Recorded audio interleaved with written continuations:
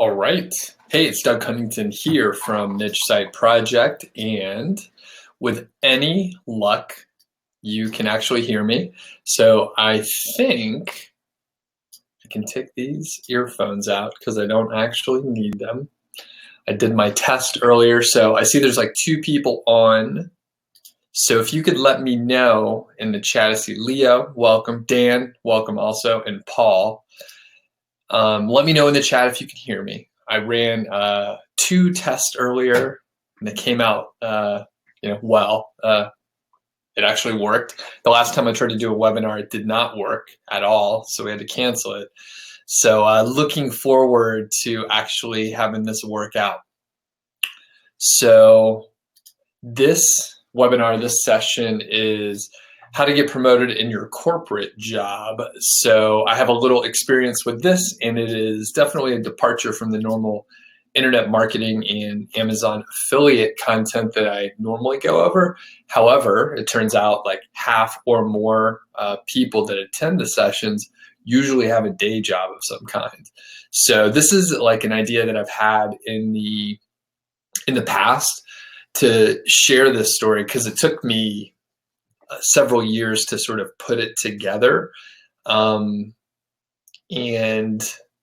now that I've done some internet marketing, I see there's like some very clear parallels and ideas in the internet marketing world that I actually implemented from, what I was doing to actually get promoted. So as I said, it looks like there's a couple people in the watching. So can people hear me? I'm gonna say, I imagine if you couldn't, you'd also say, I can't hear you.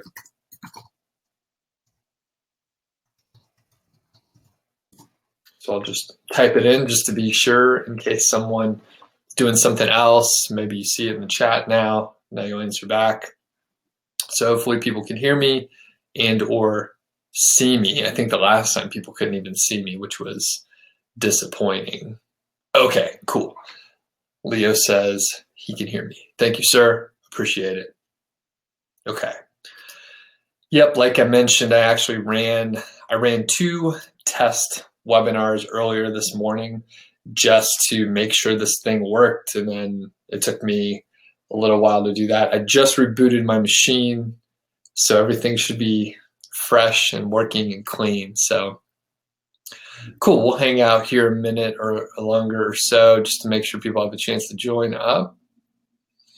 And a couple new things in my setup here. You can't see it very well, but I have a new monitor here. So that's pretty cool. And actually, what I did? It was kind of funny when I was running the test. So I'll actually show you a picture that I took when I was doing this little test here. Hold on a second. Only because it's silly, not because it's super interesting. So I'll share my screen here.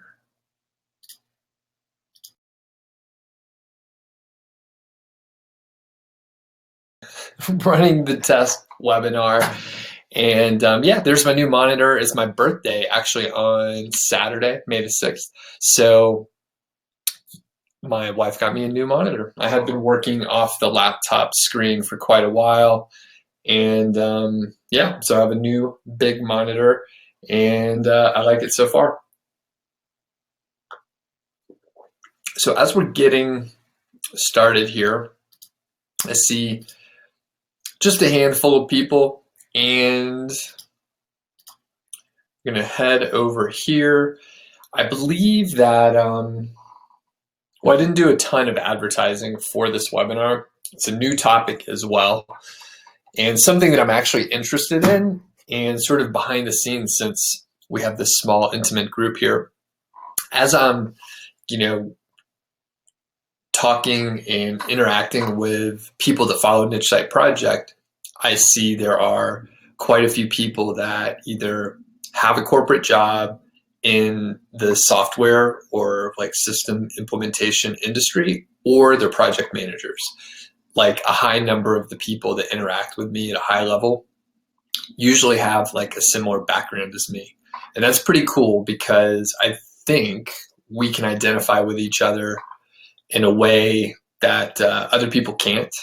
Now, if you're not in that group of people, I think you could still get quite a strong, set of skills about this, or I guess a set of skills dealing with what we're talking about today. And I hope, this, like I said, this is the first draft. This is the first time I've shared this topic with people before at all. So, my thought is, everyone who actually attends can give me a little feedback, but, it's something that I see as a great way to, sort of break out of solely the internet marketing area. And it turns out a lot of people have corporate jobs, and it also turns out it's pretty damn hard to get promoted if you're doing the wrong things.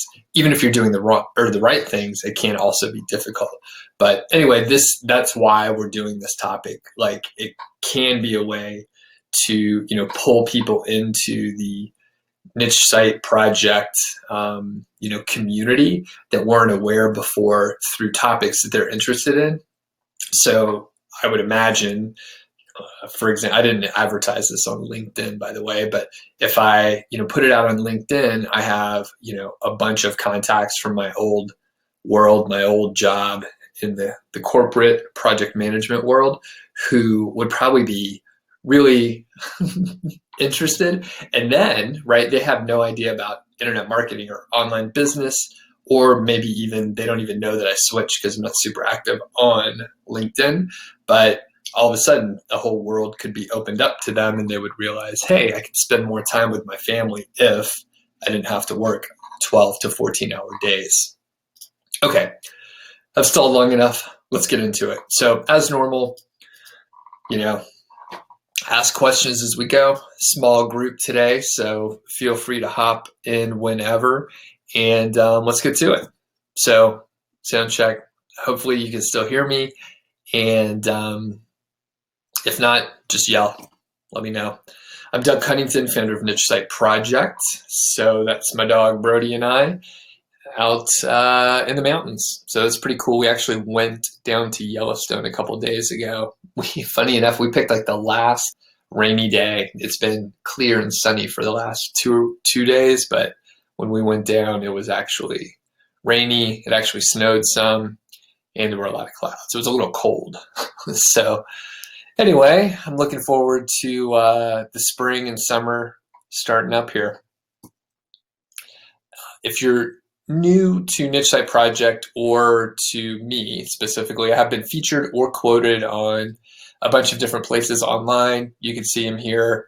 And if you just hunt around a little bit, you can find some guest posts, a lot of which are, pretty long form how-to type articles. So question for the group, who has a full-time corporate gig right now? You could just let me know in the chat.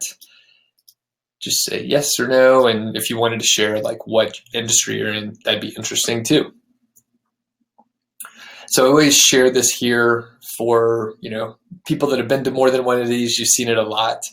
So my niche site timeline sort of follows a roller coaster of, learning and success and failures, and then, more learning and more failures. But as it applies to this, corporate idea, the corporate job, I got laid off from my company in July 2015.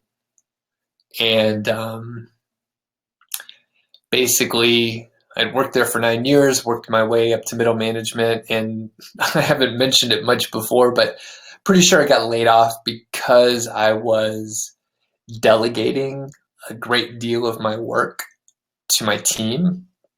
In my opinion, that's what a manager should do. Then I was able to focus on sort of bigger, more interesting problems that had a bigger impact, rather than, putting out every fire and, dealing with that sort of thing.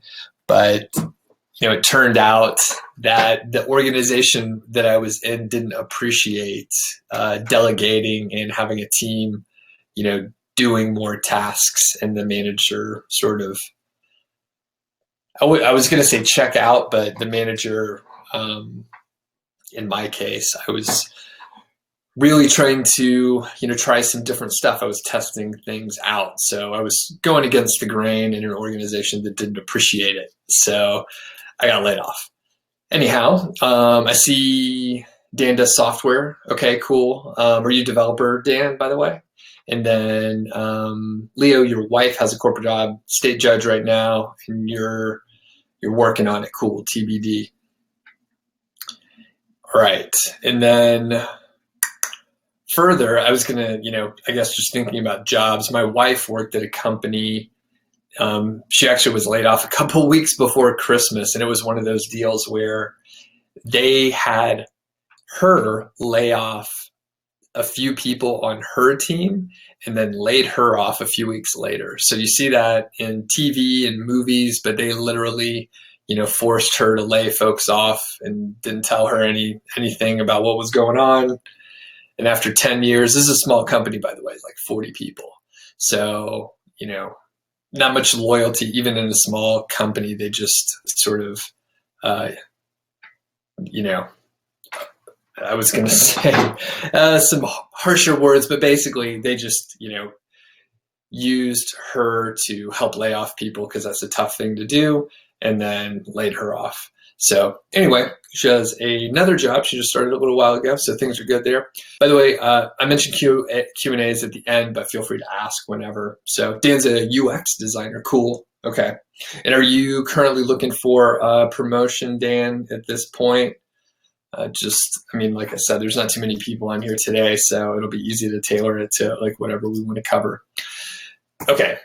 So why should you listen to me? And I think, at least a few people I know have gone through like the corporate ladder a little bit, and they understand the politics and all behind it. But so I worked at a couple places where they have a pretty like structured hierarchical design in their org chart overall. And I worked at Accenture for about 2 years or so. And that is a management consulting company primarily, but they also do services and some other stuff like that. But I did, consulting, and I was fresh out of school. It's kind of funny, the model that they have where they send people like me who didn't really know anything about anything. And then they charge a crazy rate to the clients. But we were all, I would say, fairly polished. They put us through, 6 weeks of pretty intense training, and it's smart people, right? So we actually got stuff done, but the level of experience that I had is kind of funny. So then later on, I moved over to a company called Amdocs. It's an Israeli company that does software primarily for telecom companies, and it's back-end software. So a lot of people haven't heard of Amdocs unless they've worked in the telecom industry, or if they're in like the St. Louis area, which there's like the main North American office there.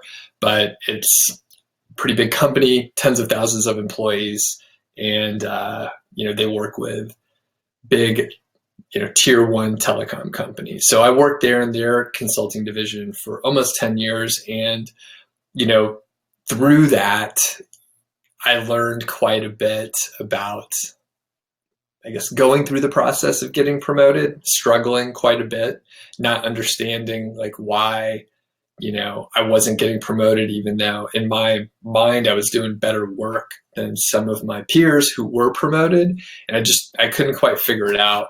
Eventually, I got promoted from like an analyst to a consultant at Accenture.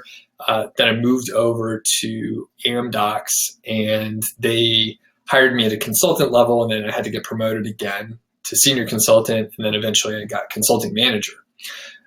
So one point that I want to emphasize here is I didn't do this quickly, right? So I learned through some trial and error and then asking for help. And I think that's key to point out. There were some people that I knew who just kind of got it naturally. They got the politics naturally, or they had some, I guess, more thorough mentoring in the area of just getting promoted versus other ideas. So the point is, I did things that didn't work, and then I adjusted and figured out what did work. So I feel like, and I think, because I struggled and I had to go through this process of trial and error and learning, I think I have a better handle than, say, a person that, got promoted on the fast track and made manager in, 3.5 years in like a high growth period, which I wasn't in. I like joined, in 2003, 2004.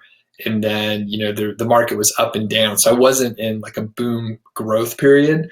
I sort of like scraped my way through. And I think, well, hopefully I learned more from it than if I had it easy. Okay. So as I mentioned, I really didn't get it. I failed a lot. And I remember one of the first projects I was on at, was Bell South, which eventually, got gobbled up by AT&T, but I was on a project there at Bell South. And there was this guy who, he was my lead, right? He was a lead, and I just couldn't figure out how he became a lead, because he didn't seem to have the technical chops. He didn't seem to be much of a hard worker, but he seemed like so confident in meetings and, talking on calls and stuff. And I think that is one of the reasons why. Additionally, I found out like he's a master networker. So, and I'll talk about that a little bit more, but that is one of the reasons why he was able to move up quickly, become a lead, become a manager. And I mean, he's done well for himself for sure, but it wasn't through, doing the best job, which is interesting because I came from, an engineering background or an engineering school, sorry, and my major's in engineering, computer engineering. So I sort of assumed that, merit and like doing the best job possible was like the best thing that you could do. But I didn't get it. So what will not work? And this is sort of like indicative of some of the information that you may hear. And I looked up a couple places, the Muse and livecareer.com. I just Googled it and picked the top 2 results. So some of these listed here are from that, but as you read some of them, actually I will click on it and open this window up just because it is almost laughable. So bosses tell us 11 things that will get you promoted. And I know it'll be kind of boring to like read the whole thing, but tell me I'm wrong. That doesn't seem like it. I mean, it depends on the culture, but challenging your boss, I can tell you from the last couple roles that I had, wasn't going to work very well. I tried it a few times. Didn't work well. There's a couple other things, be drama free. Sounds good. Smile. I mean, they're really grasping at straws here. Take notes. I mean, what kind of garbage is this? This is not helpful at all.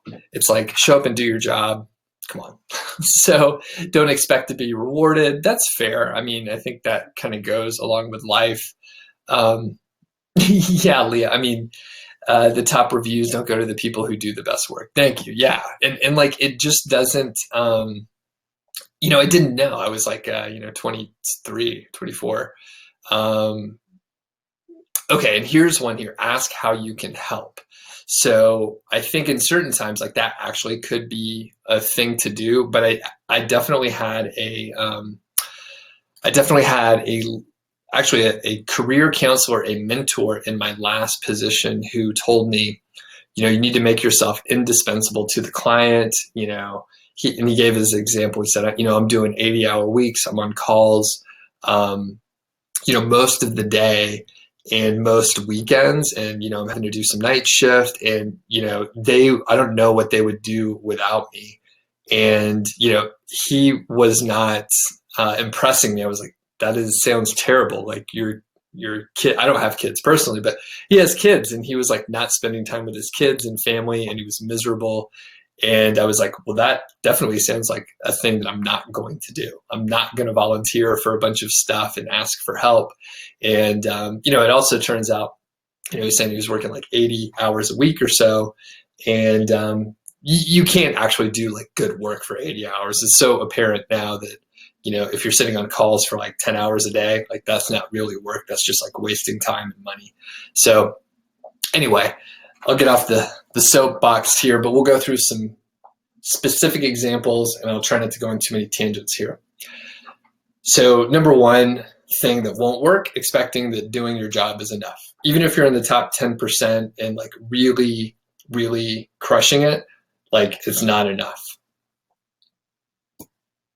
And working overtime. So working overtime is an unfortunate reality, but that alone, right? If you show up and you come in on those weekends and, you do those little extra things, taking the notes, or I definitely, I was on a testing team at one point, and, I was leading I was coordinating things for the testing team and doing project management work for them. I wasn't actually doing the testing, but I still had to come in, on weekends, shift work around the holidays. And, at that point, I was like, I came in, last week, and I'm not coming in on Christmas Eve. I'm sorry.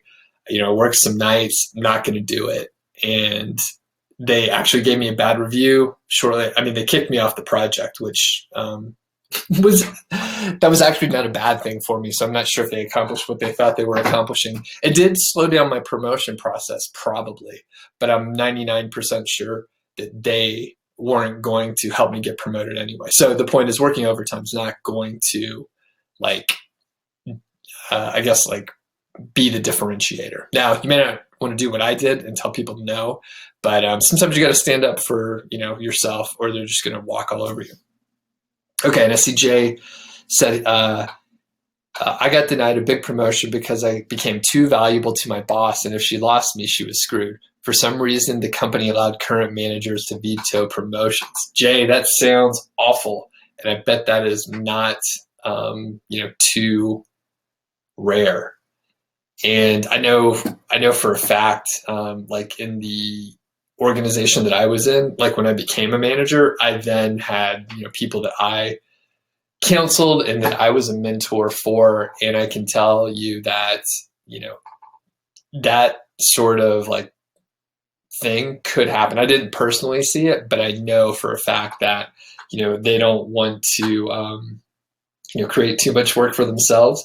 And the current manager, whether it's the career counselor or the on-the-job manager that you're reporting to for your project or whatever, they could knock the whole thing down too. So that's crazy.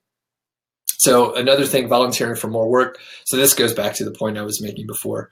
Just volunteering for more work is not going to be a real differentiator. I would say, you're better off doing a really good job on your core work, and, be helpful in a way that is, I guess, nice. If you're nice and you show up on time, that goes a long way. So I wouldn't say, you can't volunteer for anything new, but I would say don't go crazy and volunteer for everything. And don't worry, I'm going to tell you the things to do. There's just 3. It's pretty straightforward. So general networking, you hear, oh, you got to network. You need to go to the extra dinners. You need to go and spend time and just network. That's too, I note here, general networking, right? So just general networking and showing up is not enough. There's a specific kind of networking I'm going to tell you about that's super effective, and it takes out the bullshit portion of networking where, they're wondering what and why you are approaching them, and they think you want something, which you do. You're trying to get promoted after all. So the way that I'm going to outline to network, takes that out of the equation, and it makes it easy, makes it natural. Because I'm not that great of a networker, but the way I did it, it was a no-brainer. It worked fantastically. So the other thing that I'll mention is I got, hold on, let me make sure. Okay, so I'm going to skip a slide here. So how I learned some of this stuff. So I asked a friend who was about 5 to 8 years ahead of me, and he worked at another Big 5 consulting company for a while, and he was a kind of guy who was always looking for a new gig. Probably had an interview every month or month and a half, and he did a really good job, navigating the corporate world, and had great contacts, and just got cold pitches from headhunters to check out gigs. So I asked him about some of this stuff. He helped me out a lot. Additionally, there was a person who worked with me, who was my peer for many years, and then he got promoted. After he got promoted to a manager, he coached me. He was like, if you do these 5 or 6 things in this format, he gave me a spreadsheet. He was like, if you hit these things, like, you'll be able to get promoted and that sort of thing. Now, I'm going to skip back up here. So that's sort of how I came across this stuff. And here's what works. I only have 3 things, and it worked. I didn't do all of these for each promotion that I got, but as it got more difficult, I needed to do all of them. So the first thing, and this is what my friend Chris told me about, it's like, get a mentor 2 levels up. And here's the reason why. So in the consulting world, we often had, what they refer to as a career counselor or a mentor, and that is almost always 1 level ahead of where you are. If they're doing a good job, they'll talk to you maybe, once every 2 weeks or so and check in. They know the projects that you're working on. They know what you're doing, and they sort of help you plan for your performance reviews. They perform those performance reviews typically twice a year or sometimes once a year, and they keep you going in the right direction and provide some accountability. So if you say you're going to do, more networking, then they kind of hold you to it, and you would report back to them, really. And so if you say you're going to do something, they're going to evaluate you on that. So that's the typical like mentorship. Now, the problem is they are just 1 level ahead of you, and they, can speak on your behalf to get promoted. But the real power comes like 1 level up, because, or 1 level up from that. So 2 levels up from where you're at, you're able to, contact someone that has the power and, I guess, the org chart beneath them to actually make a difference. So when my career counselor was working with me, he was working with like 3 other people. When you go up to 2 levels over me, well, all of a sudden it's 100 people in that org chart, and I'm one of 80 people at 2 levels below, something like that. And you end up building a relationship with a person that can actually like push a promotion in his or her organization. So that's why you go 2 levels up. Now, depending on your organization, it may be a little difficult to make that contact. But if you ask around, particularly like your career counselor or a manager, you should be able to find someone who is looking to help someone who's ambitious. After all, they were in that position before at some point.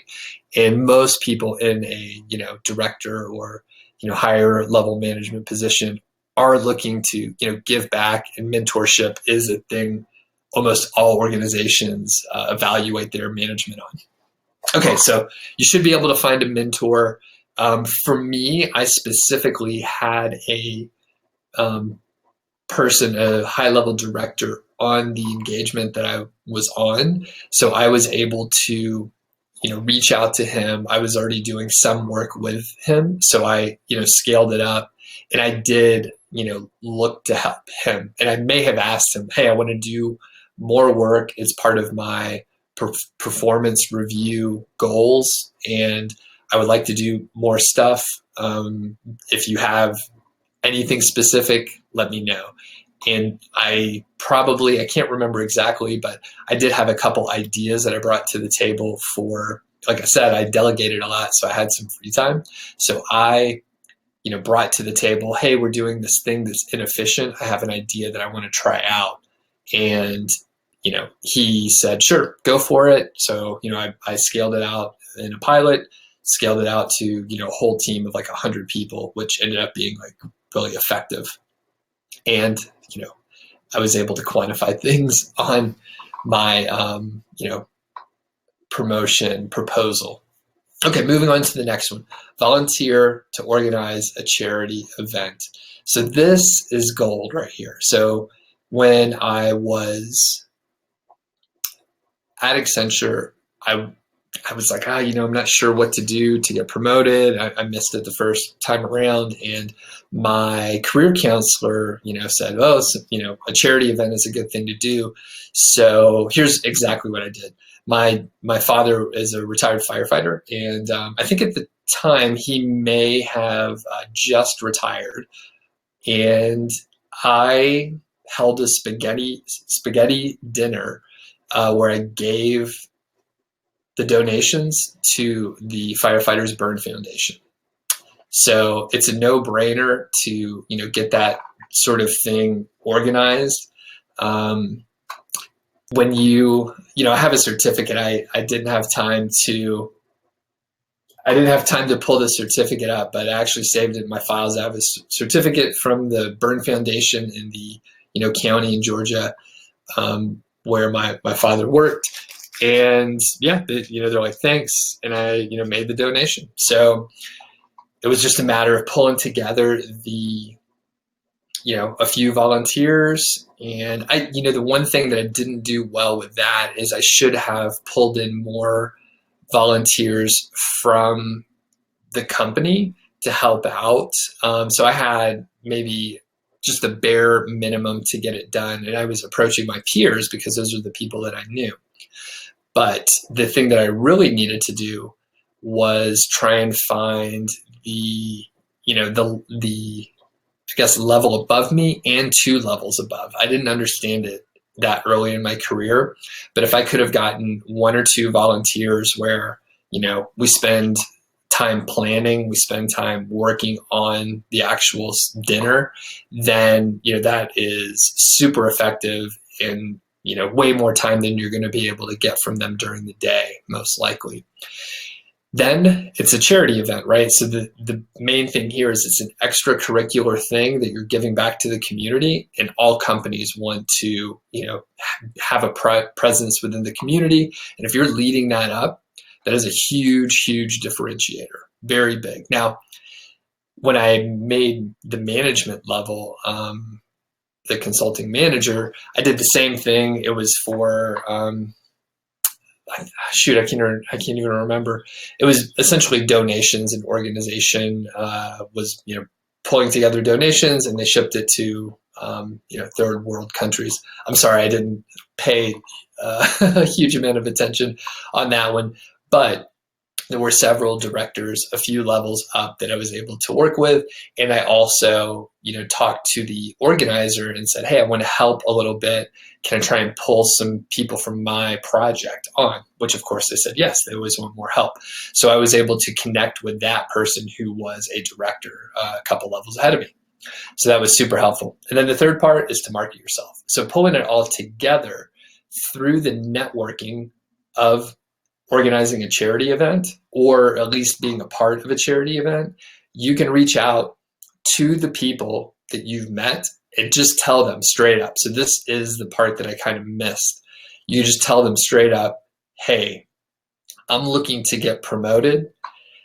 I really need your support. I know we haven't worked together much, but I enjoyed meeting you. And if you have the opportunity, and if you would like to, it would really help me if you just, mentioned that you worked with me at the charity event, or that I organized the charity event and that it went well and you thought it was great for the community. Now, you should ask them yourself. That's good, of course. Sorry, I'm going to check the slides here. So, okay, sorry, I didn't scroll through here. So the thing is, like, when you market yourself, you can ask the people, and again, it feels very awkward, and I didn't do it early in my career, but later on, as I was testing, I thought, hey, I didn't get promoted the last 4 years. I may as well try something like asking for help. So everyone who can help you get promoted has been right there in your shoes, so they know what it takes. If you're out there trying to do stuff like organize the charity events, showing up for those events, and recruiting others, well, they like that and they're happy to help you. Now, the thing is, you're probably going to meet several people. Not everyone's going to, number one, be on those meetings that decide the promotions, but the fact that, you're asking goes a long way. So the other thing that you need to do is, when you think about the mentor 2 levels up, and when you think about, like, I guess 1 level up at your career counselor level, or other people that sort of work with you in a organization, you may not report to them directly, but they're levels above you. Tell them that you would like for them to speak on your behalf, and also, make sure that they will speak up. Like, some people are a little shy. Those, depending on the organization, the calls could have, 40 or 50 people, and you kind of have to step in and, give your opinion. So if you can give them some talking points, that helps also. So, the other thing is, you don't want to make it work for them. So you can make it really easy to cover certain areas and just say, hey, can you talk about this when we work together?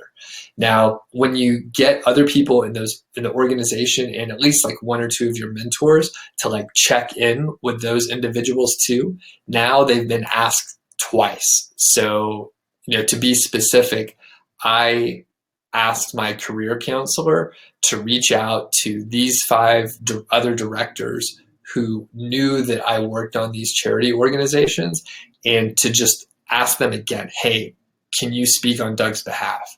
And I don't know how many actually did, but to be honest with you, no one else is doing this sort of self-promotion in a way that is, through a charity networking event, or a charity event, which is essentially networking.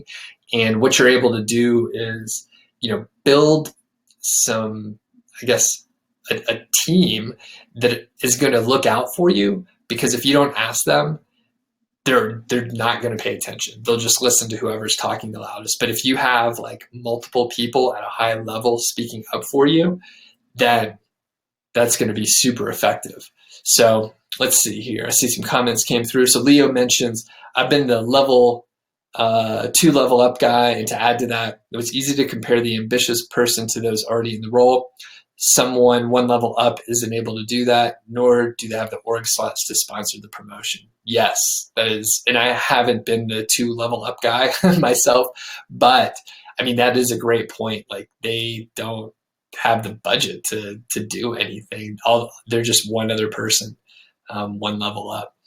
And then Jay says, don't underestimate administrative assistants. Treat them well and make work friends with them. They hear everything, and if they're well tenured, a manager may seek their opinion. Yeah.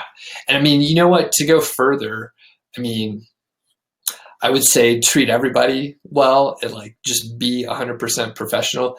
I'll also mention, like, early in my career, I probably was a little rough around the edges, and it wasn't like professional, or as professional as I learned to be later on.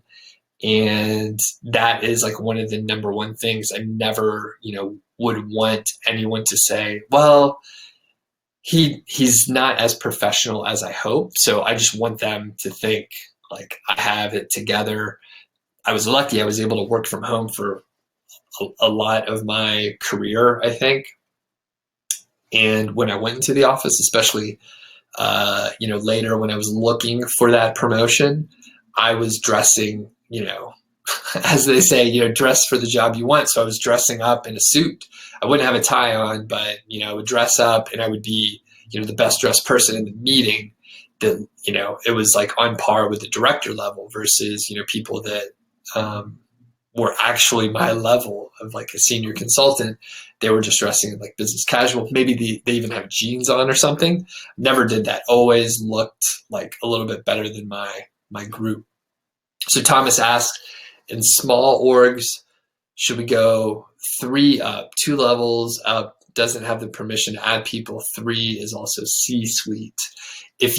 Thomas, I think if you have the ability to, then there's no reason like not to. I mean, the higher level, the higher that you can get up, the higher level that you can get up, the better. I mean, for me, it wasn't quite an option. Another level up at that point in time would have been, um, someone out of town, primarily, like in some other like large office. So I wouldn't have a very good connection to get to them, and they probably wouldn't.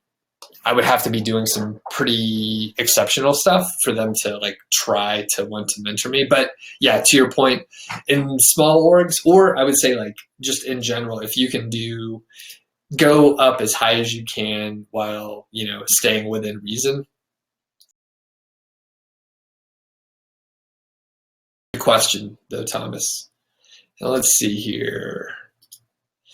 We are in the Q&A portion, so are there any other questions or thoughts? I mean, like I said, this is a topic that I found a little interesting, and the parts of like internet marketing that I see is like the marketing part, because if you think you're just going to show up and do your job, and get promoted, like it's just not going to work in a competitive environment, especially like a corporate political environment where there's a lot more going on behind the scenes than you might think.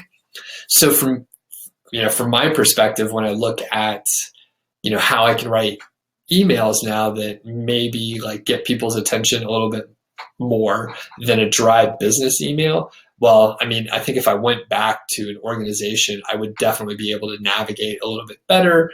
And doing the charity event stuff, I mean, being able to pull those together and make the company look good in the community, I mean, you can network. You can go, for sure, you can go 3 levels up if you're doing networking like that. So, and now that I'm recalling it, I actually did another just fundraising drive where I emailed. It was really an email marketing campaign. I didn't realize it at the time. Totally forgot about this. But at that point, I was able to email basically everyone in the office and follow up with them and that sort of thing. So if you look at it that way, if you're actually like pulling together just a donation drive type thing, you can email those higher level people that you get nervous when you see them in the break room kind of stuff, but you can email them and ask them to donate some money, and they're usually happy to do it. Okay, so Jade asks, if someone has been recently promoted to a department that you want, seek them out, find out how they got the job and what the interview was like. Also, depending on the organization, go to HR and speak to the hiring rep and seek advice. Yeah, that's actually, I'm going to add that to the list, Jake. That's really good, because I didn't realize that I did that, but I talked to a couple people that got promoted ahead of me, and the most recent person said, "Hey, here's sort of the formula that I followed. Feel free to use some of the same ideas," which I did. So, all right. Any other tips? That I'm actually learning? I'm learning stuff myself, which is good.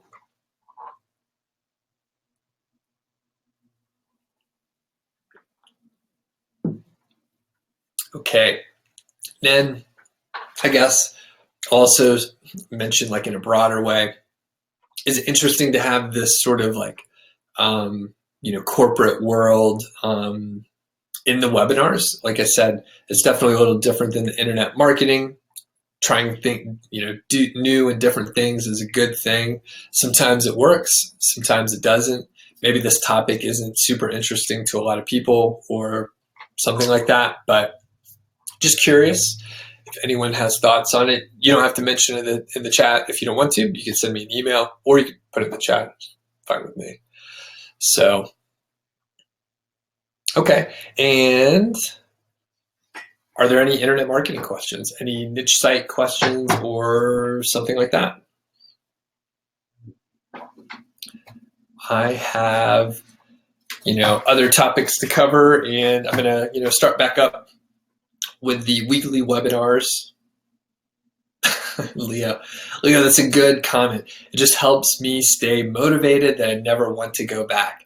Amen to that. Yeah, that is so true. I mean, it it's an environment. I think like I'm matured now, and I've had like a couple years away from the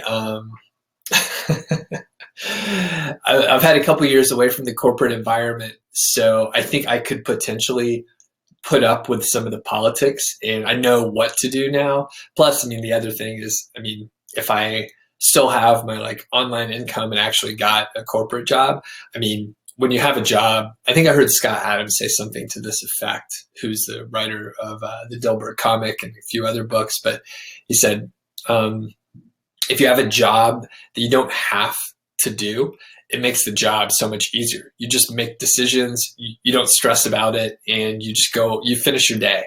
So, you know, maybe, I mean, I don't want to get another corporate job, by the way, but if I needed to, or if the opportunity, you know, where maybe I could learn a lot of stuff, right? That could be a reason to get a job if I could learn some.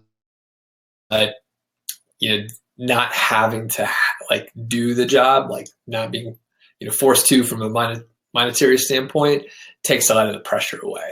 Then you can just act freely, I think. Okay.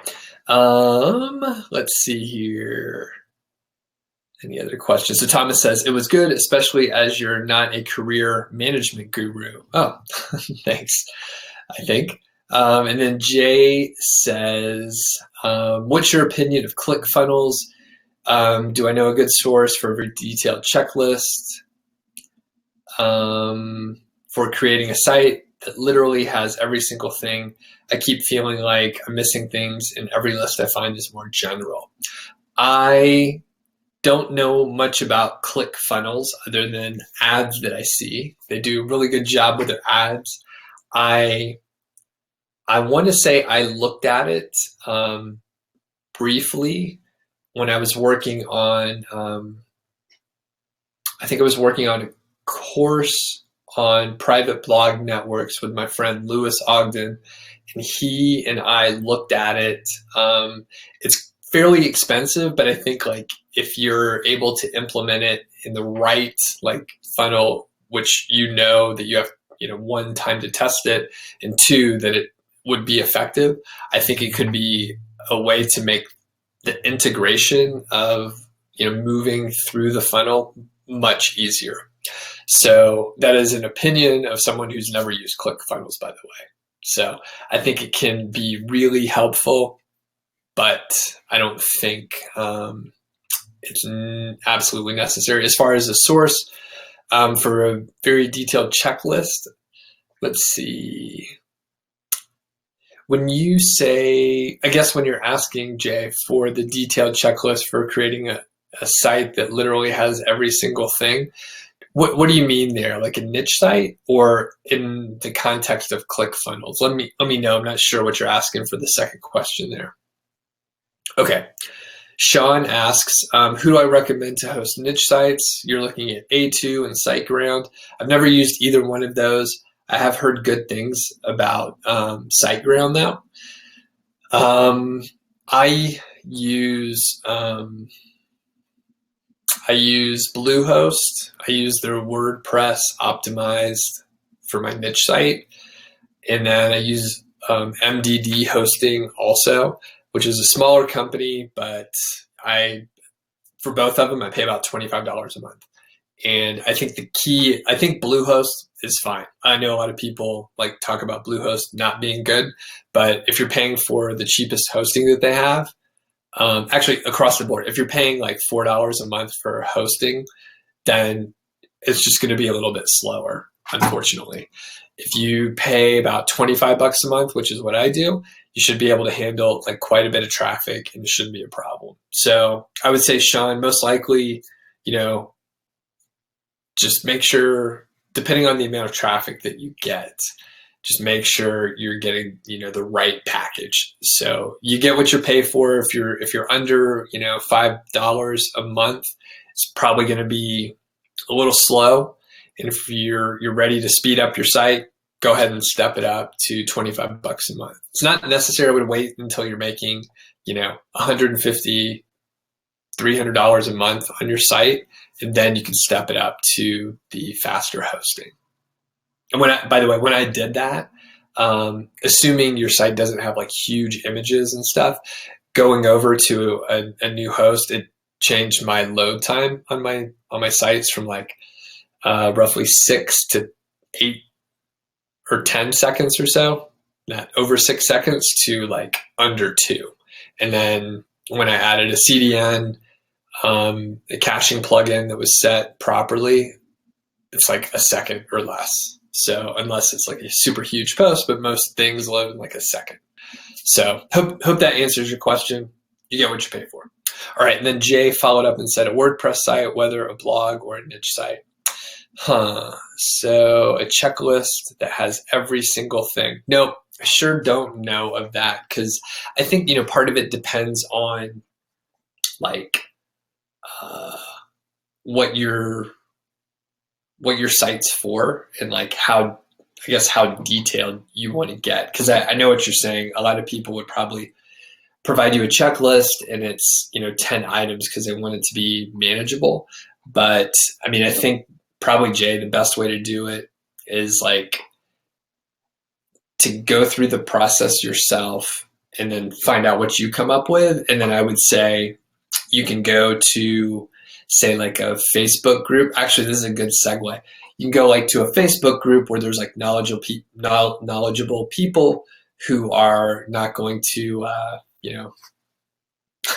troll your basically your question message. Which, funny story, I'll tell you in a second. But anyway, so come up with the most comprehensive list that you can yourself, maybe based on the others that you found. So maybe if you could find like 10 of them, you pull together and consolidate it, you end up with a pretty thorough list. And then you can ask, people a little more experienced to see what else they would add. It may turn out that like other people are doing things that you don't want to do.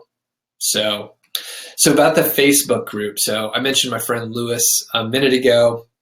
We've known each other for a few years, and we've worked together on some projects. We have some sites together. Good guy. And he had a Facebook group that, he built up, has almost like 1,900 people or so. And turns out he doesn't even really, do much blogging anymore. He doesn't really have an interest in it. So he basically gave me that Facebook group. So I'm going to start ramping that up. And Jay, if you want to, you can go and, ask in there. I think we're gonna try and keep it tight in there and not have any spam. I have a couple, friends whom I'm going to pay, or I'm gonna pay them and to help moderate it and make sure that people get approved that are like real people, not spammers that have like no friends on Facebook, but also to keep people who are just spamming it out. So anyway, I think I have the ability to put a link in here, or maybe like send you guys to the page when we finish. Although, I don't know how to do it. I think I have to set it up in a different way, like when I set up the webinar. But you know what? I'll just put the group in here, and hopefully, we can get some people in there. We can get some activities. We can grow it. And I'm not a huge, to be honest with you, I'm trying to stay out of Facebook. It really distracts me a lot of times. I mean, that's literally what they're trying to do. They're trying to keep you on there. But I try not to spend too much time in there. But it is effective. I mean, like, it's the new forum, in my opinion. So here's the group here, niche framework. So I encourage, Jay, I miss actual forums too. There's some out there, but the good ones are, paid, I think, right? I would imagine the good ones are paid because, there's some price of admission. There's not trolling. It's a real like community of like good people. So I'm not going to make this one a pay. I'm just going to try and grow it up. And, I think Lewis were like, he didn't even really try, and he ended up with almost 2,000 people. So anyway, I'm going to try to get this rolling. I may even do sort of like live streams on Facebook, since apparently this is a good medium for me. I'm not sure why, but holding these webinars and doing YouTube videos, it's like working out pretty well. And I guess I like hearing myself talk. So any other questions, so I don't just keep rambling on here? And yes, and if anyone like hops over to Facebook, like, oh, Leo, you're already in there. Cool. So yeah, I'm just checking people out, approving folks here. So yeah, I hope to get it a little more active in there. I think it's been fairly quiet. And of course, the danger, right? The danger in building your platform on like Facebook or anywhere else is like the algorithm is going to change. We have no control on like what people see in their feed. So if I post something, or if other people post things in the niche framework affiliate marketing group, it may or may not be shown. So for someone to like, build a platform on Facebook through like a fan page, and then have the equation change, like the whole rules of the game change, is like I'm not looking forward to that. So I know it's a possibility, but as I mentioned, Lewis just gave it to me. So it's like super awesome. And I know there's a lot of other like niche site groups. And I think if I'm actually out there contributing to it, then it'll maybe do better than, say, like the niche pursuits, right? So, niche pursuits has a huge, huge audience, and that's how that one grew so much. I mean, he has a podcast, he has like huge presence. He's been doing this for like a decade, Spencer, that is, and he has a huge Facebook group, and he really didn't do much in there for like 90% of the time. So it's only now we're seeing a little bit more activity in there, which, it's interesting. It's quite a powerful thing when you look at how much time people spend on Facebook. So, okay. And I saw one more comment. Jay says, there's a Facebook app that is just the groups you're part of, though it doesn't work real well. Interesting. Okay. I may have to take a look at that and see how it goes. Yeah, maybe I'll do a live stream like later on today. Like super nice day out there. I'm thinking I'm going to walk Brody around, and maybe I'll do a live stream in a little while. So cool. Thanks everyone for joining. Thanks for the feedback. If you have any other feedback, I'd be super interested in hearing. If you think corporate stuff is dumb, or you want to hear more specific stuff, I think probably Leo and I can complain about the corporate environment for hours. We could have a little bit. It's like a stand-up comedy thing on working a corporate job. All right, cool. Everybody have a good day. We'll see you next time. Next Tuesday is the next one, by the way. So I'll put some links up and send it out in the email blast for next week. So see you later.